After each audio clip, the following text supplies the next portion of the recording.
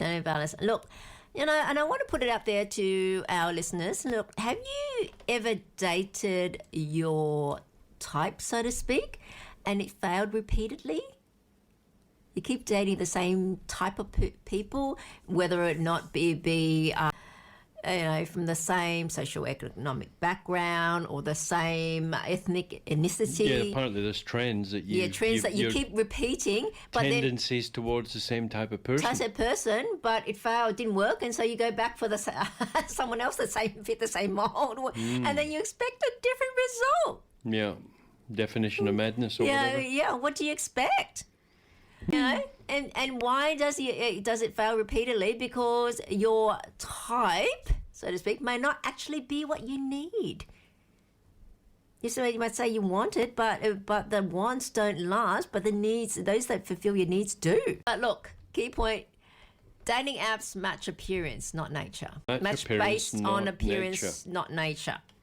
I think people would agree with that. You can't find the underlying principle of the psyche, of the persona.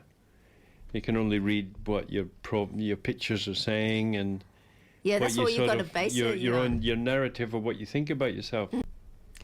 And look, and people that don't have success with that, then the other alternative, particularly if they do have money, but also that they're serious, then they go to matchmakers or matchmaking agencies. So sign up for that. So you pay more money, but you get a designated person, like a chaperone like a person who will usher. It depends on, I think, the level. Facilitator. The level of management, and also, I guess, if you're going at high end or just regular matchmaking, and then they price it to match. If you're willing to spend $100,000, I reckon you'll get a good facilitator. Well, I guess you get more personalised service. It depends on the service level as well as to how much you pay. You get a certain service level, but the thing is, they would be customised to you. And that's the theory. That is, in theory, that should work. However, there's issues with and the limitations of traditional matchmakers.